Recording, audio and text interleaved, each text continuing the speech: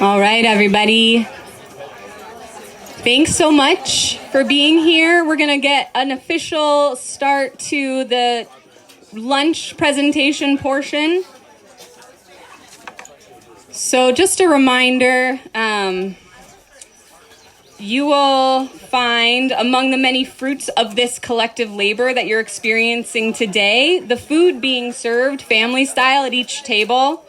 I'm going to take a moment to introduce each course as I'm introducing our amazing speakers, but you'll also notice a beautiful menu that has the details of what is being eaten on each table, as well as next to where the elixir dispenser is, where there's water also. So right now on your table, we have a fresh green salad harvested right here from Solid Ground Farm with a foraged herbal vinaigrette.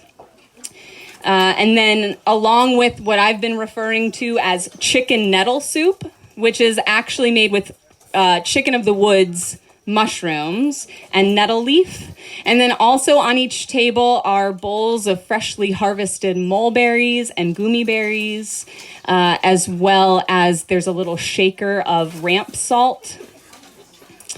So yes, please enjoy the food.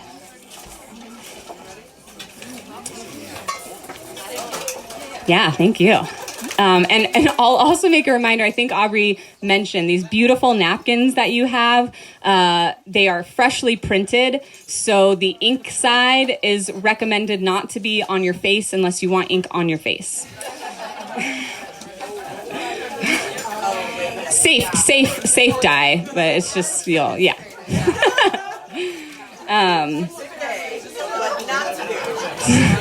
Thank you for demonstrating. Yeah, appreciate it.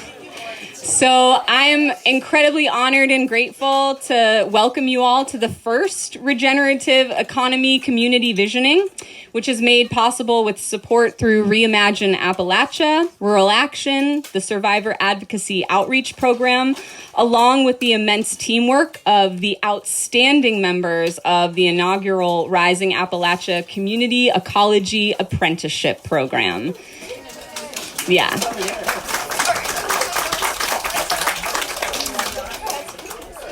So this whole grant project was supported made possible with funding from the U.S. Forest Service. And this slideshow, as well as the little paper on your table, boasts the logos of many of the incredible community partners that made this event possible, as well as some information that was sent out in the emails about what it is that we're talking about. And there's also a schedule of events.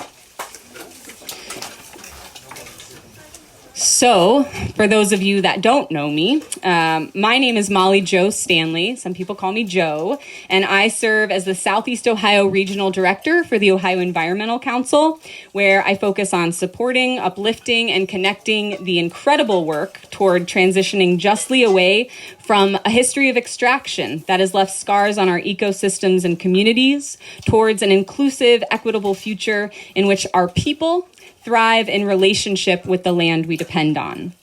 As the slideshow says, and I'm sorry, I know it's not totally visible for everybody, but we can share these slides out with folks afterwards. But the slide here says, I'm going to share an incredibly abridged history of Ohio's lands. Many of you know much of this story, and you'll know that 3 minutes couldn't possibly cover it all. But we'll take a moment to at least acknowledge where we've come from, what we've lost, what we've grown, and what we've yet to see.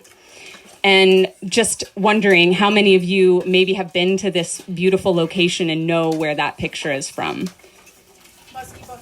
Muskie Bucket. I don't call this place that, but you could be right. Joe, do you know this place? I want it to be called Muskie Bucket now. I want this to be like a name that I don't know for it. This is the highest point, the Monroe Outlook. Yeah. So do you call that the Muskie Bucket? No. Okay. It's on... what's the name of that road? It's on Irish Ridge Road. Mm-hmm. Yeah. So yeah, we can call it Musty Bucket. Yeah, Monroe Outlook or the Musty Bucket. So just acknowledging that since time immemorial, people have loved and lived with these lands. The rich ecosystems of the place that we call Ohio have nourished generations upon generations. In fact, the name Ohio comes from the Iroquoian word for great river. So we know that long before colonial settlement, these lands were awash with rich, biodiverse ecosystems tended reverently as hunting and gathering grounds, gardens, homes, trade routes, sacred ceremonial sites by those who knew their wealth was intrinsically tied to the health of the water and land, and that these intact forested living systems were all but decimated between 1803 and 1940 when European settlement and the Industrial Revolution swept across the Americas, and the wealth of our place, this place, fed the growth of a nation. So if you can see this slide, this is one of my favorite visual representations. ODNR has this, if you've ever been to the headquarters on East State Street in Athens. They have a beautiful wall picture of this in 1803, 1903, 2003, talking about the change in the land and the makeup of our species who inhabited this place across that time. Again, this is an extremely abridged version of the history here, but Ohio becomes a state in the 17th state in 1803. The first active coal mines are in Meigs County in 1806. But at 1920, by that point, there are virtually no remaining uncut areas in Ohio. And 1935 is when Congress authorized the establishment of our only national forest. So that's just 89 years ago. So it's only been in the last 100 years that our forests have begun to heal and recover. Lawrence mentioned this at the beginning as he was saying, we are one of the first generations to see a forest here in this place. This is very new, relatively speaking, in our memory. And as Weston was saying, when this land was purchased by the family, this was horse pasture. So we've got some work to do ahead of us to get our forest back to that life-giving, resilient status. We know that intact, connected, and diverse forests and wetlands are critical for biodiversity. They're the foundation of resilience, and they're our greatest asset in a rapidly changing climate. So I love this map. I use a lot of resources from ODNR. They've got all these great maps in their forest management plans. But this just shows a brief glimpse. This was in 2018, at which point, so in 2011, Ohio reached our post-colonial settlement high point. That was 8.1 million acres of forested land in Ohio. But in 2016, we were back to 8 million acres, and that primary driving force for the increase in forest land from 1940 to 1991 was that reversion of farmland to forest, and that driver has all but ceased. The new forest land arising from reverting farmland is likely being offset by land being converted to non-forested land for development. And this is a map of the continental United States. Alaska and Hawaii are down there too. But this just shows the concentration of public lands across the country. And so for those of you who can see this, the concentration of public lands in our part of the states is very limited. And so I make that point to say, when it comes to public lands, Ohio ranks 43rd in the country, so pretty close to the bottom of the list. A mere 15% of the 26 million acres of land in Ohio is publicly owned. So 7% of that being state public lands. We're near the bottom of the 50 states in public land acres available per person. So our public lands are incredibly important and very precious and limited. But it's really important to go through. I'm just going to go real briefly through, and I wish you could see these photos. Does anybody recognize this big tree on the top right screen? This is a forest full of beautiful trees. I heard it.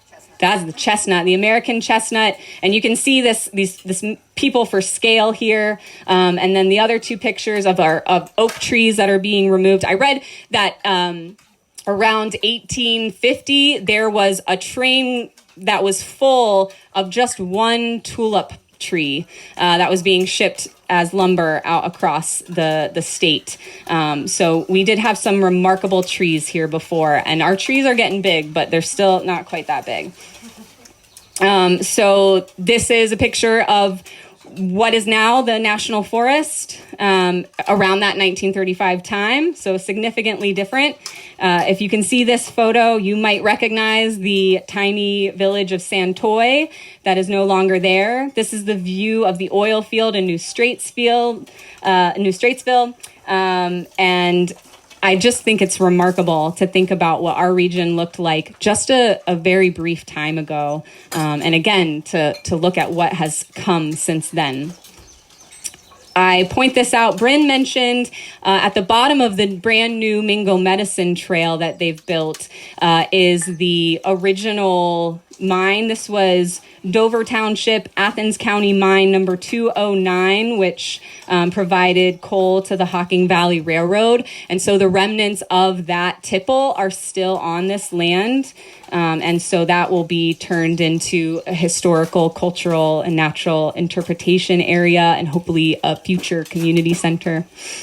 This is just, if you haven't watched Ora E. Anderson's A Forest Returns, raise your hand if you haven't seen A Forest Returns. Okay, so a lot of you have, but it's like 20 minutes, and it will tell you the story of our national forest better than I ever could. And so just going real briefly, when people talk about Appalachia, they often paint a bleak picture. You can see the concentration of our orphan and abandoned wells. We know that there's high concentrations of physically unhealthy and mentally unhealthy days as a nation. We struggle with mortality indicators. Again, we're still in the process of healing from the extraction that has really impacted this region. And we are still working to piece together the fragmented lands. These pink and red dots are the national forest, and some of those are actual purchased areas that the National Forest has, and many of those are actually still private inholdings. And the green are other public lands, state and municipal spaces. So when we look at our region, while we're awash in land, a lot of that is inaccessible to many people. But when we look at this county economic status from the Appalachian Regional Commission, this map juxtaposed with that same map of land cover in Ohio from 2016, I see this really striking similarity, this correlation that though many of our most economically distressed places in the region are the most ecosystem, like the most rich in biodiversity, in recovering forests, in wetlands. So depending on how we measure wealth and how we measure health, it's all relative. And speaking of good stories, talking about successes, Lawrence mentioned this as well, but despite the challenges, there's a lot to celebrate and recognize. Like, for instance, the black bear, who in 1850, our fellow plantigrades were considered extirpated. But by 1973, ODNR had documented the first report of a sow with cubs. So, we're working every day to continue to heal these wounds and adapt in the face of a changing climate. And we can think and act like our most effective community model, which is a healthy ecosystem, behaving in mutually beneficial ways to strengthen our roots, enrich our soil, increase diversity, and create lasting resilience for the benefits of all. This is just one more slide about the benefits of forest, and to show that 70% of our lands are privately land by families, 12% corporate, and so the rest is public. Anybody know where this beautiful place is? The Muskie Bucket. The Muskie Bucket. They're all musky buckets. This is Baroque Lake State Park. So just another incredible thing that we have. So solid ground, and many of you here are really shining examples of what is possible when people live in relationship with the land and with one another. So being here in this space together to talk about these ideas is, to me, just befitting, incredibly perfect. I'm inspired every day by the people that I get to work with, and it's an incredible honor to be in this space with so many remarkable individuals. So we're here with a lot of renewed excitement for what's possible. Well, hi, everybody. Can people see the slideshow? Okay.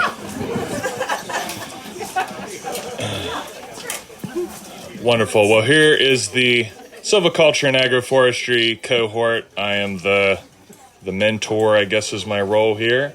We're going to walk through a few projects that we've been working on and just highlight some interesting tidbits. We got 5 minutes, is that right? Okay. I'm going to set my timer. So first we'll go through this hybrid hazelnut sort of reforestation project that we've been working on. The neighbor to the north of Solid Ground Farm and School had horses for many years and cleared primary forest for horse pasture. He no longer has horses. And as both as a human food crop as well as to attract in deer for lease hunting, we planted, I don't know how many, 2,000 hazelnut trees, and we collaborated with the Muskingum Conservancy District to use their tree planter. We did a lot of site prep for here because the fields were a bit shaded, so we harvested some tulip poplar, which the sustainable building team is going to build a new farm building with, and they will talk about that. We tilled up the rows to reduce competition for these bare root seedlings. It was quite impressive. We collaborated with Rose Hill Farm and Moso Farm and a few other peoples. You can see the wood that it was too small or too short for timber framing. We inoculated with culinary mushrooms. And so that's the first project. Only got 5 minutes, so we'll whiz through this. And correct me or chime in anytime you wish. I wanted to highlight something agroforestry, silviculture related, because I felt that Weston might not toot his own horn loudly enough here. He's known as the mulberry man by the USDA as well as his peers in the sort of rare fruit growing community. He's gotten several grants and written to help other people do this, all kinds of work with mulberry. And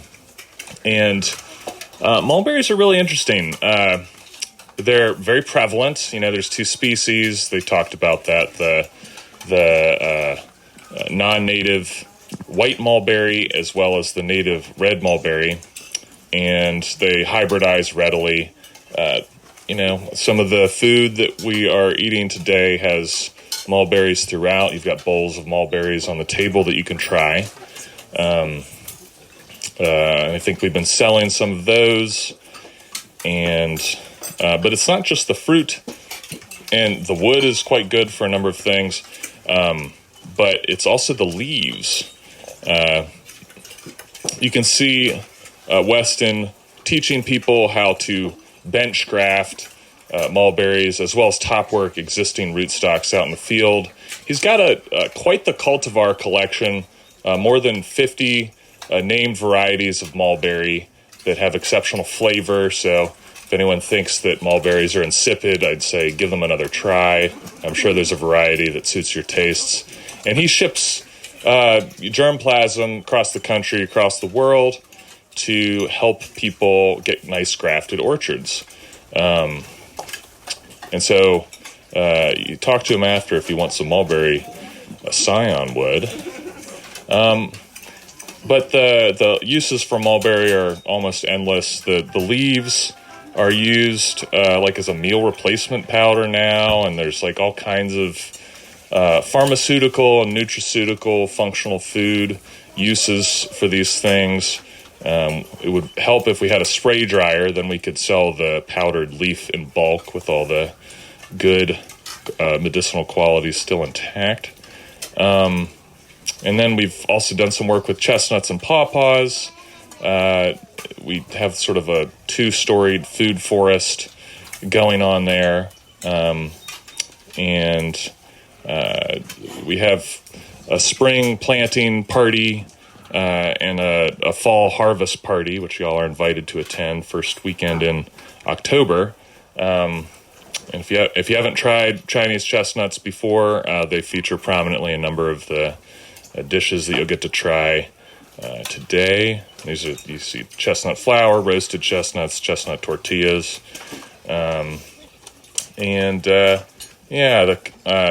want to just close with saying, imagine this land 500 years from now. What were worn-out pastures today will be old-growth fruit and nut food forests. It's a vision we're moving towards, and that will outlast everyone sitting under this tent. And I just want to ask, what role do you all want to play in bringing that vision forward? So we're out of time, but thanks.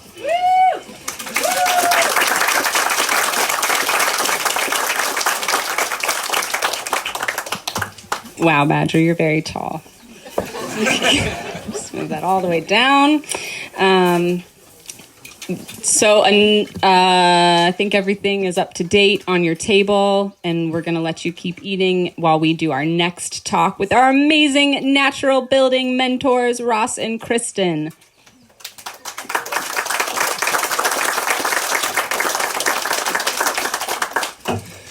Hello. You already met Christin down at the Cobb House. She's back there. The other members of our crew are Autumn, Levin, Kyle, and Aubrey, who have been serving you. Let me just adjust this.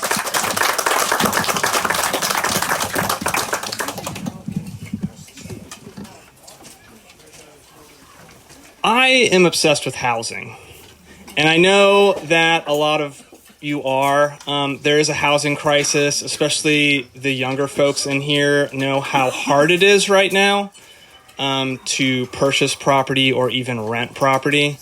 So I'm going to be talking about some different ways that we can address it. I am all about finding all the different ways we can build housing here in Athens County. I'll be talking about natural building. It has a very long history, dating back to our ancient ancestors all over the planet. One example, which you can see on the screen, is Shibam, Yemen. Records state that it existed in the 3rd century, so that's 300 CE. It is a multi-story, basically mud brick city with a population of around 7,000 people, which is roughly the population of Athens County. And then another example on this screen is in Devon in the UK. It's a Cobb House with a thatch roof, which we can all recognize from, all of the TV shows, historical TV shows out there. And what I want to represent with these two photos is that these are people that used the materials that were available to them to build with. They weren't shipping materials from across the world. They weren't using toxic materials loaded with VOCs, formaldehyde, asbestos. So we are going to continue and talk about the construction industry as it is. It accounts for 23% of air pollution, 32% of global CO2 emissions, 40% of drinking water pollution, and 58% of microplastics in the ocean. A lot of that coming from latex paint. International or national? International. So what I want to talk about here is there are a lot of derelict properties. There's old schools that need torn down, and right now we're dealing with the toxic building methods of the past. I don't think that we should have to create like a hazmat zone when we're demolishing a house. Part of natural building is not only using natural materials that we have now that are regionally available. It's thinking far into the future when that house needs to be fixed or even removed and something new built there. We're not kind of shouldering the next generation of builders with exposure to toxic chemicals. So this is one example. This is a straw bale. A lot of you have seen straw bale homes on Instagram. A lot of you have seen cob homes on Instagram and social media. You'll notice there's a couple specific architectural things with natural homes. They have very large eaves to protect the walls from weather. Folks will always ask about water damage and pests, and, that comes down to the details of the building. Straw bale is in the National Building Code, as well as cob, earth bag. Hempcrete is now in the National Building Code. So a lot of these things people are really pushing for on a national level, and what we have to do a lot of times is educate state level officials and local code people that they're actually in the building code now. So I have a question. Yeah. So they seem so economically viable and sustainably, it's a win-win for everybody. So I know that I know I'm probably this is a stupid question, but if it's so beneficial, is it the consumerism? What's stopping it? Is it the corporations that are not educating it, or why is it not used as much? We need to train people how to use the materials properly. So Education, not only with the people building these structures, but also the state and local level, because that's in Ohio, it's county by county. The code changes, and who's regulating is county by county, so it comes down to that. It is labor intensive. I'm not going to lie. It involves a lot of labor, more labor. But processes are being developed to decrease that. So panelizing things, just making panels in a warehouse and shipping them out, and then constructing the house on site. So a lot of really interesting innovation is happening right now with this. This shows you the interior of a straw bale. The lime plaster that you saw down at the Cobb House. I'm going to move on. Another building material is hempcrete. I'm working with a client right now that wants to grow their own house. So he has a bunch of farmland in Hillsboro, and he wants to grow enough fiber hemp to build his own house with, which right now in Ohio, we have just started growing hemp again. Really. They're just this year, last 2 years, permits are going through and people are growing hemp.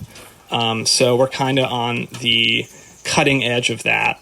The reason why I like hempcrete so much is because it stores carbon. So I got 1 minute left.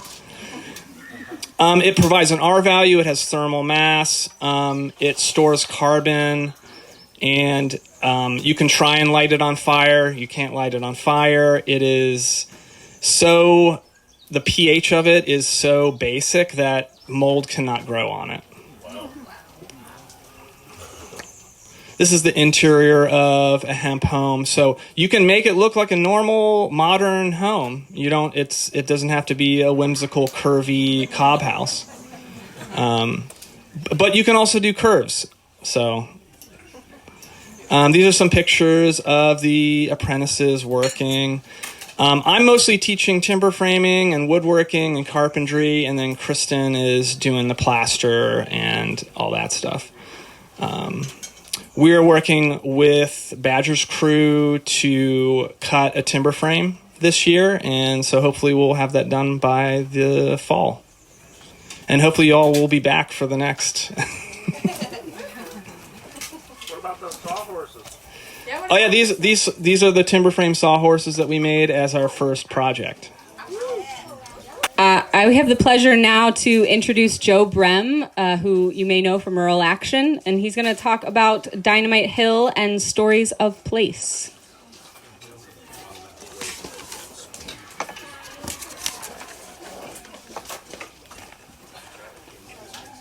Oh my God, you're so short, Molly Jo.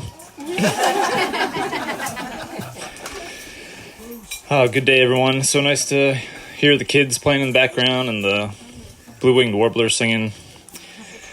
So 2 years ago, I had a chance to visit Dynamite Hill Farms, which is near Keweenaw Bay in the Upper Peninsula of Michigan. There's a couple, Jerry Jondro and Katie Brissett, who left careers in education to start this farm. And so I got to spend about 4 days with them. There is a backstory, but I don't have time for it right now. So, beautiful northern forest, mixed conifers, deciduous. The highest density of sugar maples anywhere in the world is up there. And Jerry and Katie and their farm, they produce traditional foods. And I will attempt the Anishinaabe names for them. Jiwagamizigan, maple syrup. Zinzibakwad, maple sugar. And they also harvest manoman, or wild rice. And so they are Anishinaabe, that's kind of translates as the people. That's their traditional homeland, federally recognized. And the Keweenaw Bay Indian community is the community they officially belong to. And just like a quick aside, really appreciate the language work lifted up here today. And Katie taught at an immersion school for elementary and middle school students. And explained to me that, the Anishinaabe Moin, the language, is every syllable is in relation to another syllable. It's very fluid, very verb-focused, which, of course, influences the way that you see the world speaking that language. In contrast, English, very noun-heavy, easy to objectify this thing in isolation. So, yeah, they in addition to those, the maple syrup and other forest farming, they grow a garden full of traditional crops, and some of the seeds they were only given after they committed to care for those seeds for their entire lives, which I think is really special. And the way they're going about their operation is, in many ways similar to here. They're going with succession in nature. There's an old orchard there that's now a mix of apples and service berries, and so a mix of wild and domestic fruits coming up together. There was a wolf pack that essentially raised their wolves, right around there. And instead of trying to get rid of them or something, they just brought their dogs inside for the summer and let the wolves do their thing. So, small kind of, but big concept and inspiring. So just a few of the other things that have stood out to me and I'm still chewing on years later. Their transition to growing this food, was not about the money. Which I think is probably a really important concept for all of us to marinate on. They did it to reconnect with the land and their community and their ancestors.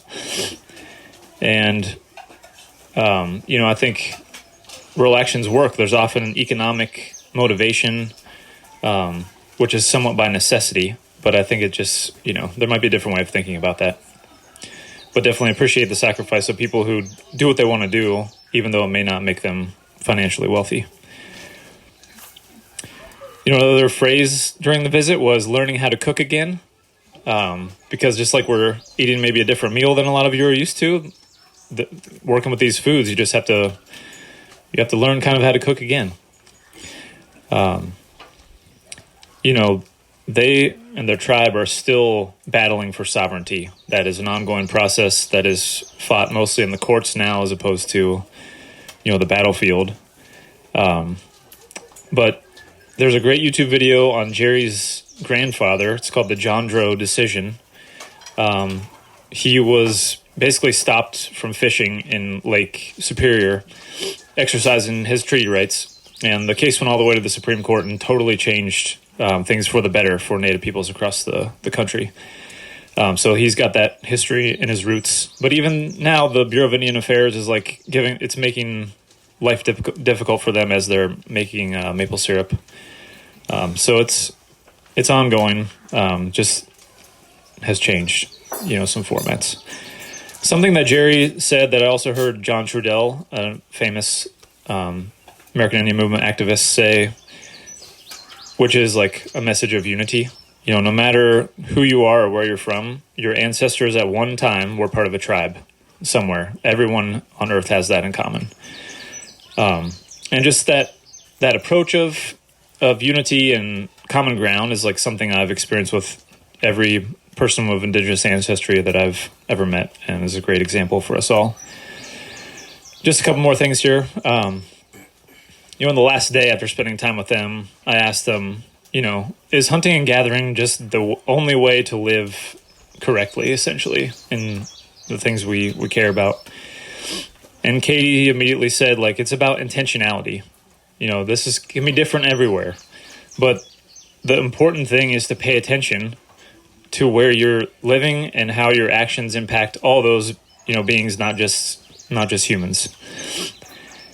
And I think there can be a temptation among non-Indigenous peoples, I know I've felt this in my life, to just want to grasp for ceremonies and things to sort of fill that void that we can sometimes feel. But really the way to do it is to spend time outside observing. And that's what they recommend also in this amazing document that I don't have time to explain either, but it's the Tribal Climate Adaptations Menu. Jerry and Katie were both co-authors of this, and I'll leave it up here or pass it around.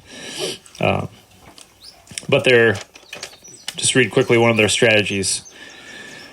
With careful and patient attention, we can learn about strategic adaptation from the experiences and actions of plant, animal, and other spirit beings in natural communities. This can include monitoring that acknowledges, respects, and learns from beings and natural communities. Learning patiently can be a valuable first step in situations with great uncertainty. And a lot of people who've just bought land, they want to do all these things all this at once and in such a rush. And like we've seen here, it takes decades really to go at nature's pace. And then just, definitely check out the Climate Adaptations Menu. It's available online as well. And just one more great line from that. The personhood of all beings should be considered when approaching communities and projects tied to the land. Western notions restrict the value of respect to human interactions.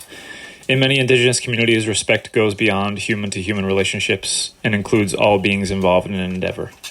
That's not something you can just show up at a place and understand right away. It takes time, just to learn what birds are here in the spring versus staying, what plants come up at different times of the year. It's a long process, as it should be. It's our special relationship with where we're from.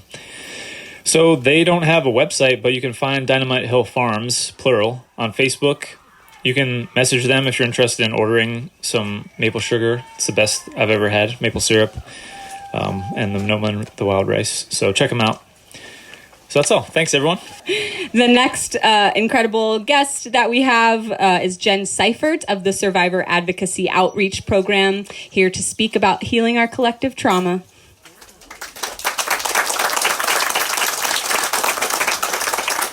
Hi, everyone. So they tapped me for all the really difficult conversations. But no, we're going to get through this one. It's going to be good. So my name's Jen Seifert. My pronouns are she, her, and I'm the executive director of the Survivor Advocacy Outreach Program, New Leaf Justice Enterprises, and Appalachia HEAD, which is the Advanced Housing and Energy Acceleration Districts. But what I want to talk about today is about an adage that I use a lot when I talk about the future of our work, and it's very much like you got to dance with the ones that brung you. And this is a tough conversation to have because when we're thinking about regeneration, what are we regenerating from? And most of the time it's trauma. It's trauma that was enacted on our precious lands. It's trauma that has been experienced by our community members. And when I think about our future with regenerative work, we have to grapple with trauma because that is the reality of the harm that was created.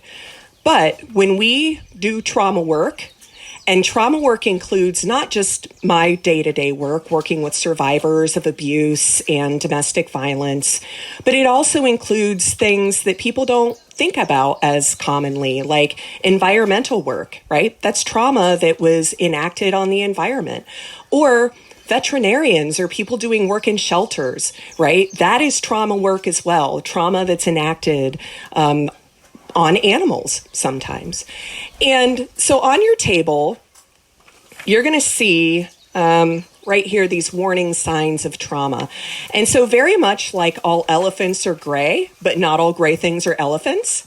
Okay, we're going to talk a little bit about some common experiences that folks doing trauma work might experience as a result of exposure. And I do use this language. I talk about being exposed to trauma almost like radiation, right? It's an accumulation, and you have to pay attention to when your exposure levels are getting high. So these, and I know we've all done that, like Google my symptoms. Oh my goodness. Okay. But these are, oh, did I do that? Oh, all right. So these are common experiences that you might experience when you're doing trauma work. That can be trauma environmentally. It can be trauma with individuals. It can be trauma with pets, right? Feeling helpless, sense that you can never do enough, hypervigilance. Who's familiar with this? Hypervigilance. Anyone? Yeah. Does anyone want to give us a definition? Like, no, Yeah, so this is, you're always waiting for that second, the shoe to drop, right? You're kind of on guard, you're poised, you're ready for the next awful thing to happen. That's hypervigilance. Then there is diminished creativity, an inability to embrace complexity, right? When we are experiencing high levels of trauma, we often will gravitate towards those simple solutions. But unfortunately, there are very rarely silver bullets in the nature of the work that we do, right? There's also chronic exhaustion, physical ailments. There's a wonderful book, The Body Keeps Score, about repressed trauma that will manifest in physical symptoms. Also, the inability to listen, to deliberate, to avoid conversations or particular situations. And I won't go through the rest of these necessarily because you can all kind of look at this. So what do we do? What do we do when we notice that there are these symptoms? Okay. You're talking about ice cream. These are very, very important discussion. Okay, yeah. Okay, so that is a good coping strategy as long as it doesn't go too far. But if you flip over here on the back side, this is from a phenomenal book called Trauma Stewardship. It's one of those books. Do y'all have these books that you just buy extra of and you have them because you know you're going to gift them and you don't know who you've bought it for, but you own it and it's in your bookshelf and you're going to give it to that next person. So Trauma Stewardship gives those doing trauma work a path to deal with this exposure that you experience when you're in proximity to people or situations that have been traumatic. So North is water. It's creating space for inquiry. So any of those who've spent some time with your therapist who says, you want to get curious about the sensations and the emotions that you're experiencing, it's do the same. If you've notice you're feeling some of these, check in with yourself, that's interesting, and notice and start to get curious about those sensations in your body. Then there is East, which is choose our focus. So what is very common when we experience traumatic events is because something terrible has happened that's outside of our control, right? And oftentimes we want to regain control, right? That is a very common psychological mechanism, but sometimes that's not possible, right? Because we might not have control of that thing that we're wanting to control. So a way you can think is, where am I putting my focus? Where am I putting my attention? Am I putting my attention towards situations that I can't remedy or I can't control, right? Or am I putting my attention towards things that I can control or situations where I can make an impact? Okay. And this isn't sticking your head in the sand and not being aware, but it's about being intentional about where your intention goes. Because if you are voluntarily exposing yourself to trauma that's experienced that you have no control to do something about, you're going to see a whole lot more of these. Okay. Then there's West, finding balance. This is thinking about your work. A lot of people talk about this like work-life balance or some of these other mechanisms. And this is very much like a response to, most of the time, these issues are way bigger than us.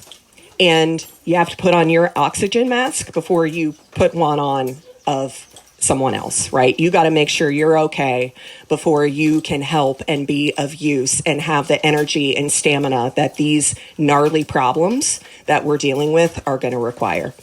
And then finally, there's South, which is building compassion in community. So gold star to all y'all, because you're doing that right now, by being in this space, right?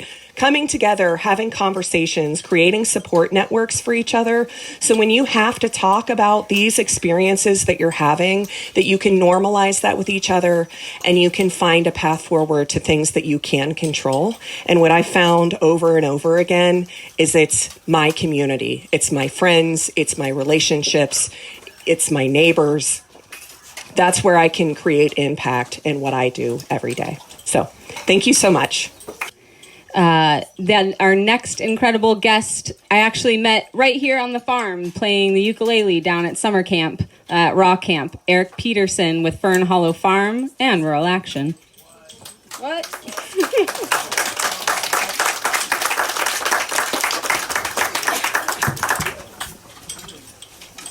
Great. Got the timer. Thanks, everybody. Oh, yeah, definitely going to have to bring this up to the Badger level. I see a lot of familiar faces, and it's really wonderful to connect with a lot of you who I haven't seen for some time. Just curious, how many people, has anybody not been here before? Just curious, show of hands, a couple. Oh, wow, great. Awesome, welcome. I first started my own journey through the doorway of permaculture and connecting with Weston and Bridget's place here in spring of 2014, so 10 years ago already, and took a permaculture design course long before the school and so many other things that have happened since then. And it's just been such a wonderful journey to see and to be a part of. So I wear the several hats. One of them is Rural Action. That's a more recent thing, but it's been a wonderful organization on my radar for a long time.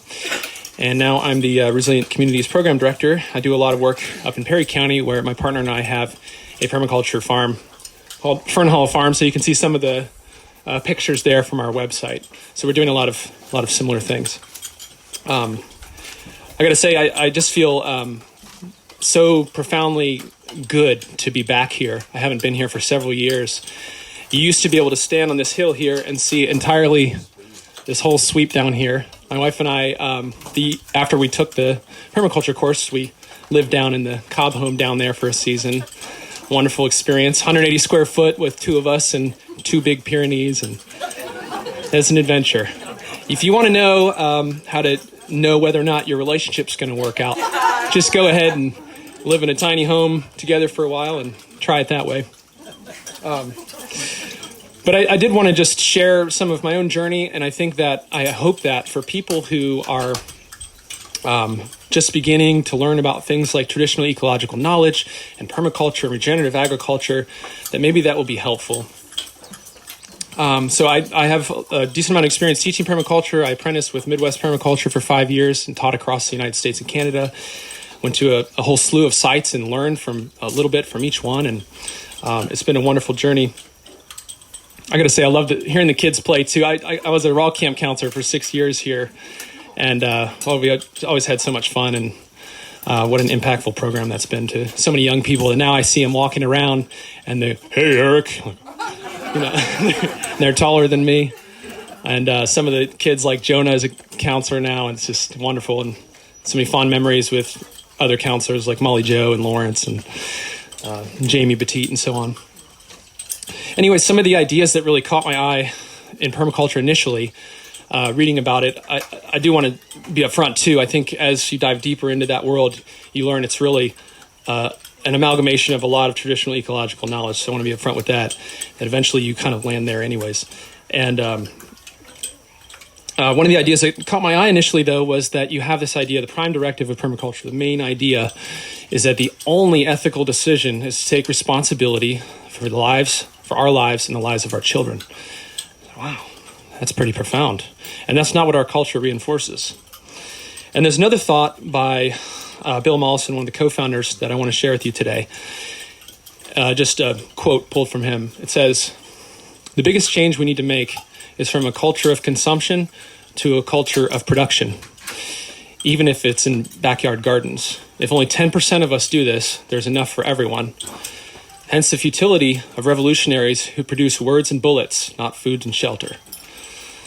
And that is deep in my heart as just something that I feel is a core value, that if we want to move forward and create this new compelling alternative, that we need to demonstrate what that looks like. Right? We need to show that, and there's a place for everybody. We need builders, tons of builders, right? We need architects, engineers. It takes all kinds. It's not just gardening. But I think that 10% is really key too. A lot of those 10% are probably right here. And I love what Lawrence shared too about bringing in others. And we try to make that part of our mission as well. So I'm going to stress the importance of that. But yeah, so that's some of our journey then. I also run a design install business, so we've done all kinds of natural playgrounds and all that. And I want to say to people that there is room for everyone, not just philosophically. I mean, I'm talking about financially sustainable work. 10 years ago, in his first year at Solid Ground Farm, there's maybe a couple hundred videos about this kind of stuff on YouTube. What about now? Right? And there's a lot of work out there. And there's going to be times where you're really discouraged. But I promise this whole movement is growing. It's getting stronger all the time. And I want to conclude with a thought as my timer's about to go off. So there's this idea, when we plant a tree together, right? That's the opposite of a smokestack, right? The problems of the world seem incredibly complex, but the solutions remain embarrassingly simple. So similarly, metaphorically, you think about all the harm going on in the world now with standing armies. The opposite of that may look something like this today. Thank you.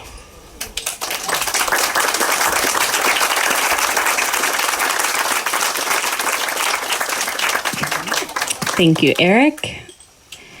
Oh, yeah. Some beautiful wind coming through. So our next guest is a humble one.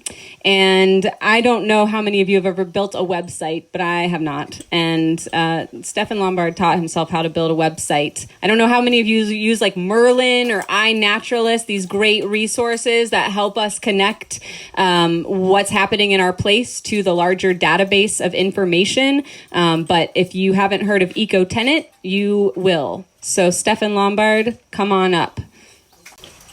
Okay. My name's Stefan. My project's called Ecotenet. I think it's a little different than the other projects today in that it is about local and local knowledge specifically, but it's what I'm calling a platform for local knowledge at global scale.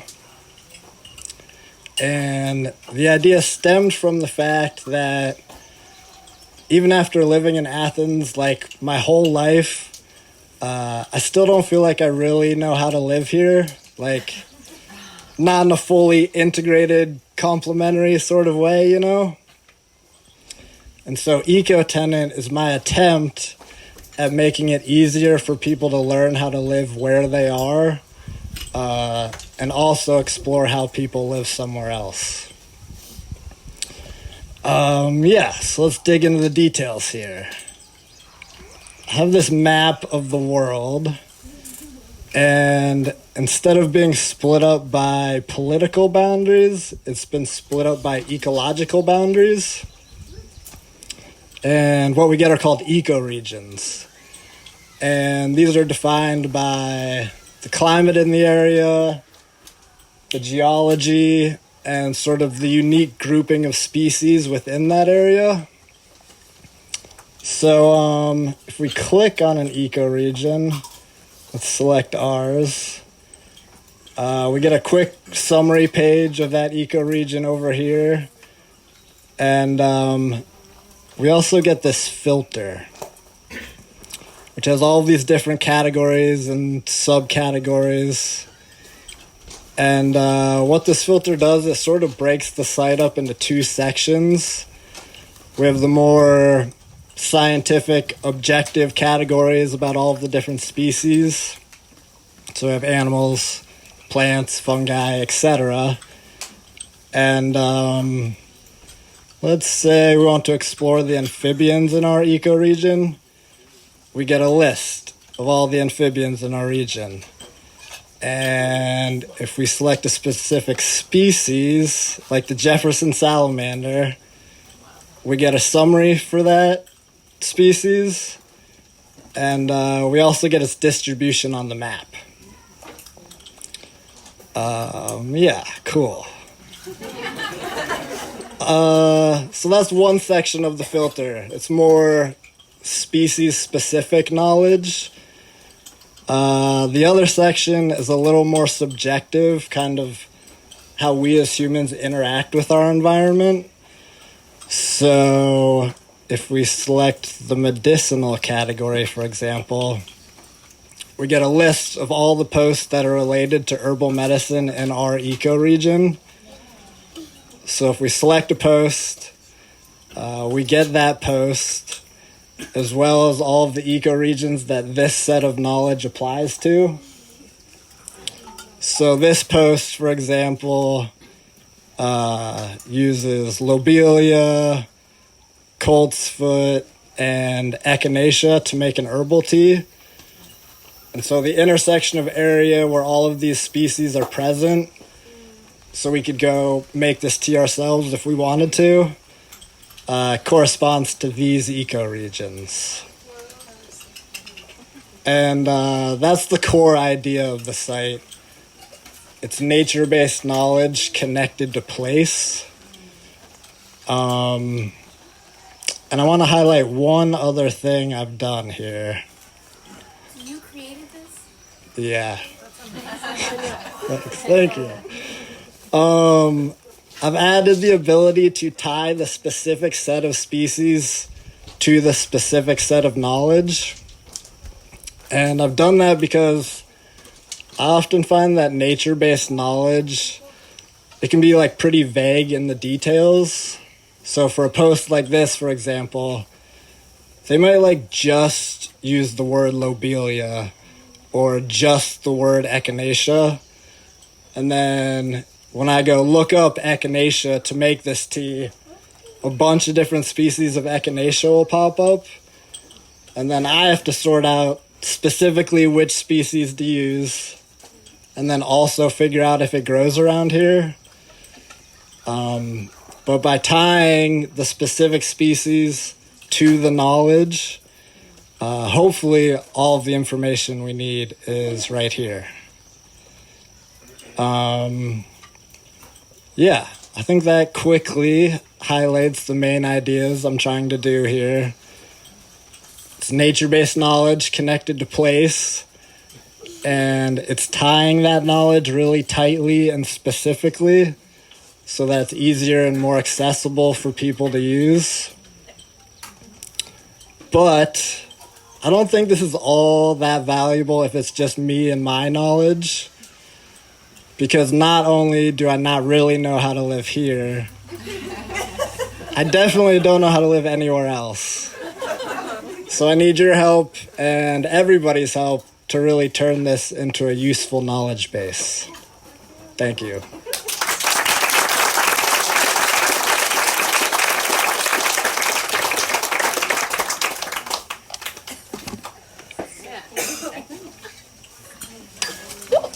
All right, we got a lot of knowledge in this area, so get your posts up on Ecotenet. All right, so if you haven't already noticed, we are also on the grounds of a beautiful school, Solid Ground School, and we have with us the director of that incredible school, Christin Butler. Come on up here.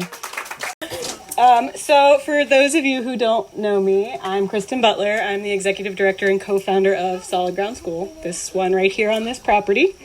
And we're a homeschooling co-op that's serving 50 children from pre-K to grade 6 right here on Solid Ground Farm. And we're trying to cultivate a nature-based model of education that grows creative changemakers.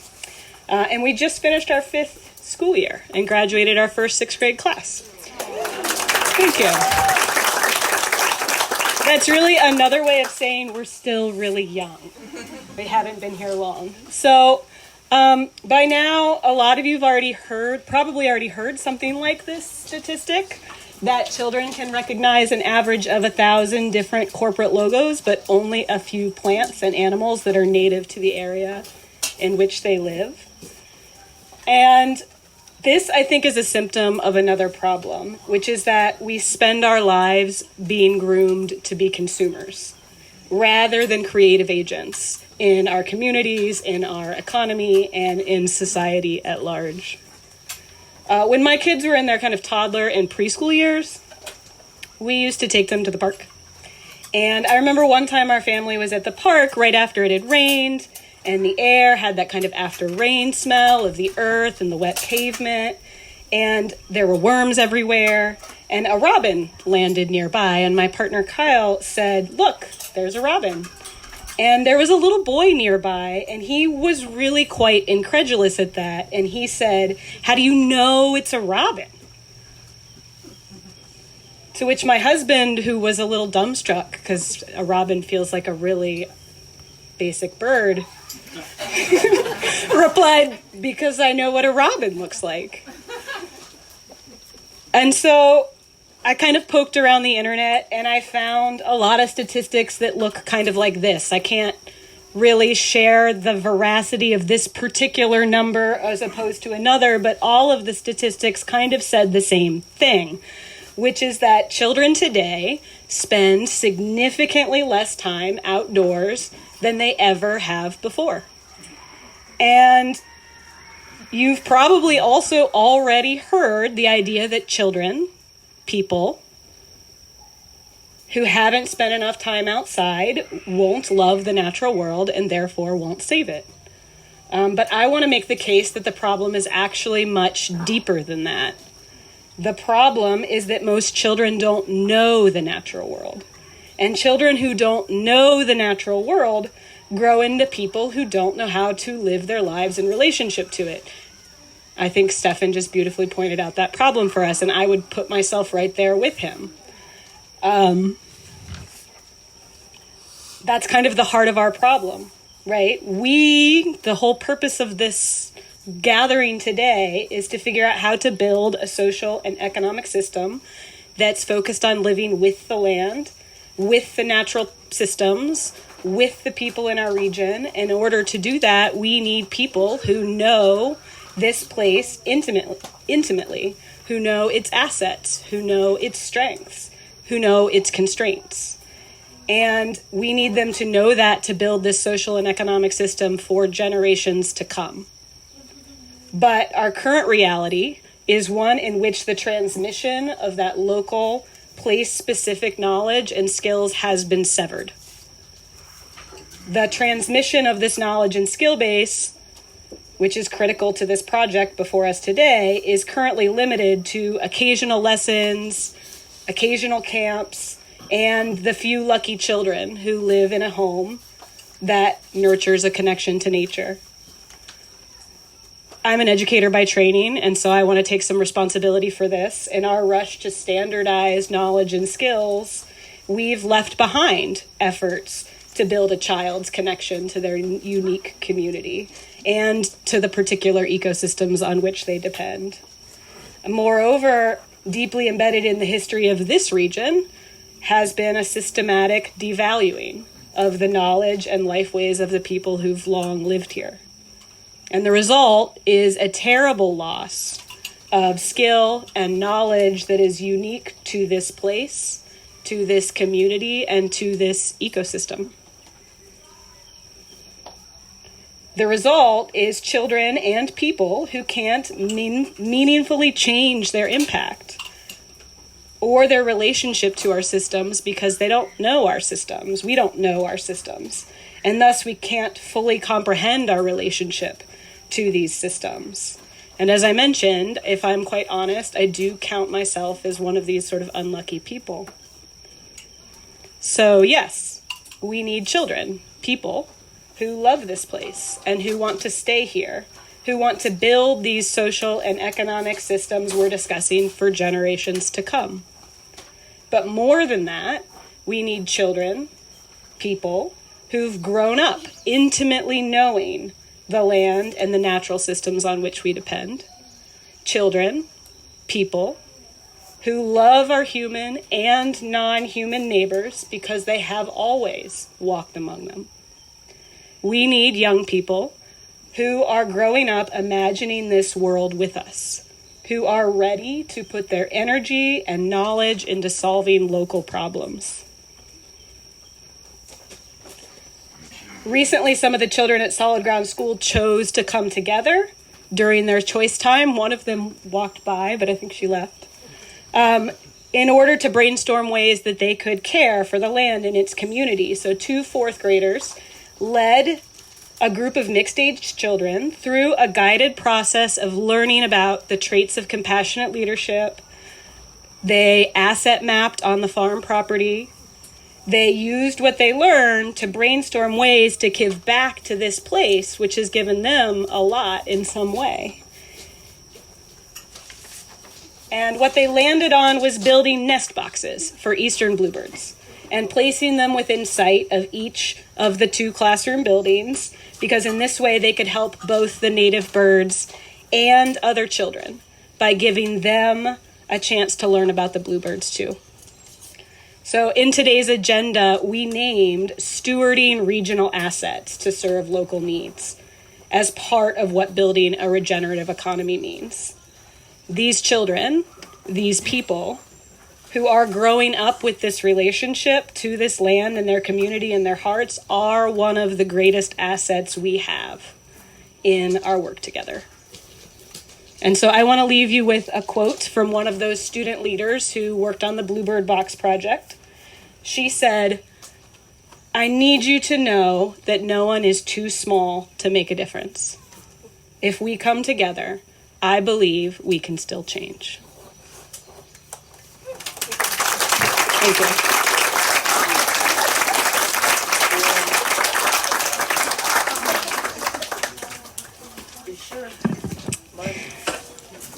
So I've said a couple times, like, examples of what a regenerative economy might mean and why this place really highlights that and is a shining example. So you've been eating all these amazing mulberry dishes, and I think collectively it's been a very early mulberry season.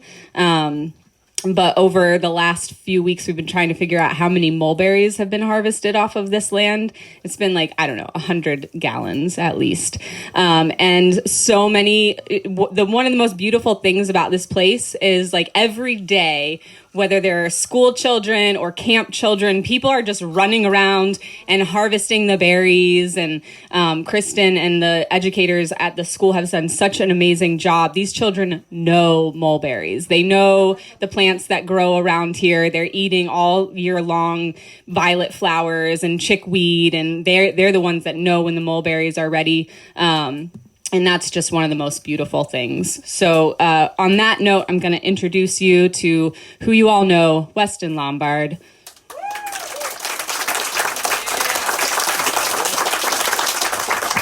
Thank you all again for coming and enjoying the food and talks with us. I'm going to try to be brief, but I just want to talk about maybe our vision for the future of this farm and the work we're hoping to achieve. We've been at this for maybe 15, 20 years now, trying to figure out how to live sustainably, how to connect with the land, and how to make that economically viable. It's really hard to mesh these ideas of the wealth of the land with the dollars and cents of our economic system. And so, there's the challenges of grant writing and economics, and we are really, still working that out in all of our business models. But what we're trying next, we want to really show in a microcosm what's possible regionally, what's possible nationally, by showing like a place where people together are learning ways of living connected with nature, learning to provide for themselves and their families, housing themselves, getting their needs met, and building like culture and community rooted in our place. And so this involves working with children, and involves working with young adults, and it involves working with, the larger community. We're applying for some funding upcoming to, we hope to build a community center and thank you, Jen, for partnering with us on that community change grant. That we'll see how that goes. But we really hope to have a space to share experiences like this. Our goal is really to help people deepen their connections with the land and with each other in whatever ways are accessible. So that might just mean coming and building a relationship by eating food, foraging, collecting fruit, pressing apple cider. It might mean working with a mentor to learn natural building skills. It might be taking interpretive programs with our naturalists to understand who you're sharing this place with. But we'd really like to just build this cultural movement by inclusively involving as many people as we can, which is why we invited all of you here, just to experience what we're doing and hopefully find ways to collaborate moving forward. The particular vision we have, Southeast Ohio is incredibly diverse and rich in flora and fauna. We've been doing a lot of foraging and wild harvesting just sort of for fun to build these relationships. But I'm more and more convinced that our native plants can provide for our local needs and even provide opportunities for trade and export sales. You all probably know on a good black walnut year how many nuts are just blanketing the entire region. The same is true of hickory nuts and acorns, persimmons, and these are foods that we completely undervalue or ignore. They grow themselves, they are productive, they're more nutritious than our traditional foods, and they were the staple of cultures here before us. And I think we can find ways to reintegrate these into our diets and into our economic systems. And I think there's incredible opportunity there.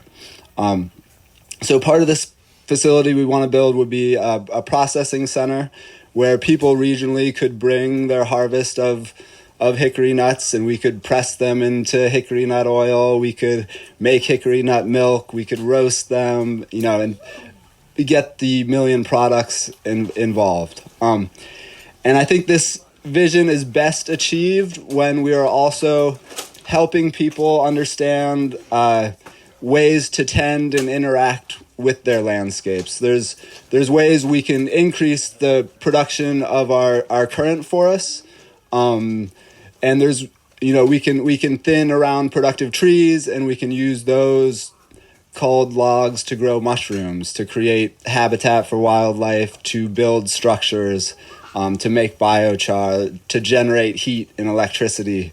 And so as we're tending our forests, there are a million products that could be created that could sustain us in different ways. And we're just beginning to explore some of those different options in our building group.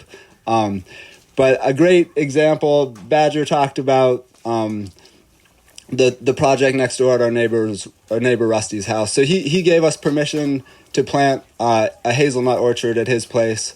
We're also working with other landowners in the neighborhood to plant more agroforestry systems. So putting in chestnut orchards and persimmon orchards, and so we want to sort of grow this like neighborhood or regional network of forest tenders and growers who, anyone who has an old field that they mow. There's, the ridge is dotted with these really nice expansive lawns that could be growing food. And so thanks to some support from Rural Action, we're actually going to be able to plant these fields for people free of charge. And so we're slowly building up. We have existing forests, hugely productive. We're planting new forests, and eventually we think we can sort of show this is what a tended ecosystem looks like. These are the people it's feeding and supporting. This is the community that's benefiting from it and living this new connected lifestyle. And so, I'm excited that other people seem enthusiastic about such a endeavor. I've gone off track, but I had a slideshow, We recently acquired this 45 acres. We're using that as a land lab to test out some of these ideas. Rural Action's been doing a lot of work in forest farming, and so we want to integrate some of those practices, doing ginseng cultivation and other herbal medicines, harvesting nuts, doing maple syrup, rotationally grazing livestock, harvesting wood for building materials. We just think like we can really show that by sort of combining education with production and recreation, that our forests can like be the wealth generating asset they already are. We just need to like somehow economize it in a way that's non-exploitive. So figuring out ways to long-term tend and plan is what we're exploring in this apprenticeship program. So we're really looking for ways to expand the program. We'd like to have an ongoing natural building cohort where Ross and Christin are training groups of people every month in how to build their own houses. We'd like to have Lawrence educating people about how to interact with the forest and learning the medicinal plants and the history of the region. Badger's been an amazing asset, helping us understand agroforestry and what productive systems can look like in this new ecological paradigm we're moving into. Just tending our gardens. We've put some proposals out to the county commissioners to try to expand our program. This map sort of shows, this is our 17 acres that we explored today. This is the land that we recently acquired, 40-acre forest. And then across the street, there's 100 acres of county commissioner-owned land. So we've been in talks with them to expand our program into tending that land. And then we've been putting out these neighborhood surveys to see like, okay, who else would you like your land tended? We can either help you by sending people to work with what you already have. We can help you plant new forests. And so we're just trying to build this network of interconnected land, pull those resources, and then provide for the community at a kitchen and processing facility. So wish us luck and, help us if you can. Thank you.